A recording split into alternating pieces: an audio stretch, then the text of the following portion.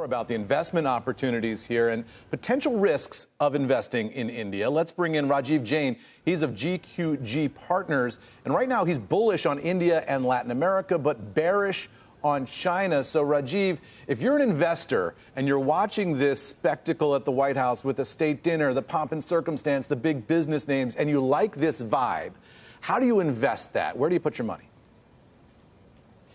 I think, as you know, some of these events get a lot of press. The short-term implications are not as significant. Longer-term implications are. I think this clearly shows that there's a big drive on the part of this administration, both Modi and Biden administration, to shift supply chains away from China. So I think the opportunity set is big to invest in some of those areas from a foreign direct investment perspective, less from FPI perspective, because there I think there's slightly different opportunities that we believe. One of the things I wonder as I watch this big push by India to sort of capitalize on some of the frustration with what's going on in China is, you can call it authoritarian investment risk in China that we saw with Xi Jinping and sort of the moves that an authoritarian leader can make that push investment out of the country. I wonder, though, given that Narendra Modi has been accused of cracking down on his own opposition in India, do you see some level of authoritarian investment risk in India, and how should investors here think about that problem?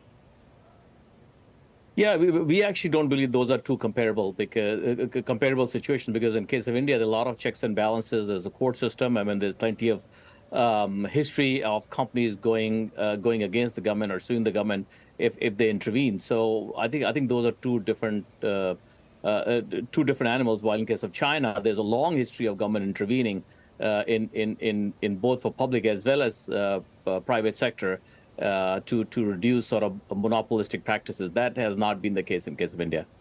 Rajiv, we know this government in New Delhi has put significant amount of money towards infrastructure across India, yet you saw that train crash that took place just a few weeks ago, killing hundreds of Indians. And you got to wonder what kind of opportunity could there be to invest in infrastructure in the coming years? And what are some of the publicly listed names that you think could be the best to own?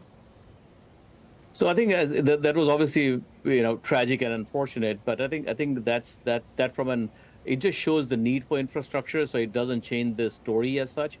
And we feel that infrastructure is probably the best part of Indian story, not the IT services, not consumer staples, but vast majority, including us, that have focused on historical. So, I mean, obviously, like the Adani Group as such, we have significant investments there, but there are other companies which are involved in that space, which are either on the construction activities, cement, and so on and so forth, which we are quite upbeat on because the pace of growth is quite significant. I don't believe that's fully appreciated. We're looking at 5x the run rate expenditure today versus 5-6 years ago. So I think, and that's still ramping up. So it like China in early 2000s. You've been adding to your positions in India, $13 billion now of India holdings in your portfolio. Is it because of Modi's economic agenda, or is it more because China is just sort of a no-touch investment for you right now? No, actually, nothing to do with China. It's more to do with bottom-up story in India, and obviously this Modi administration. I think, in my opinion, the Modi administration doesn't get a fair shake. There's too much focus on what happened 20 years ago. Yes, that's relevant, but it's not relevant in terms of what's happening here and now. Because I think if you look at their delivery on the economic agenda, it's actually the most powerful that we've seen since independence. And I think from an investment perspective, that's what really matters. Rajiv, I wonder if you look at this in terms of the timing, right? It took so many years to build up manufacturing capacity in China and all the U.S. investment in that country.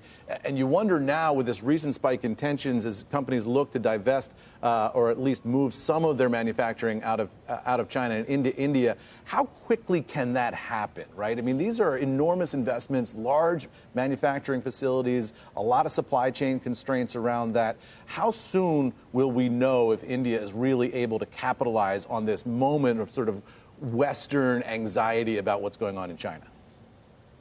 So, I mean, having lived through the Chinese growth story in the 90s and early 2000s, one couldn't have predicted what happened in China, because it happens slowly and then happens fast. Because once you have the critical mass, then it actually sort of, it snowballs quickly.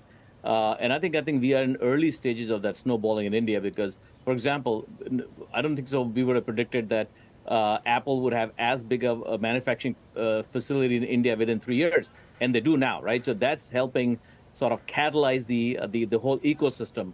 And without that ecosystem, it's hard to sort of have the snowballing effect. So I think we are in early stages. But look, there's always ifs and buts and 2 steps forward, 1 step back, like any democracy. So I think direction is good. The pace will accelerate on a go forward basis, we feel. Direction is good, but early stages. Rajiv Jain, thank you so much for your insight.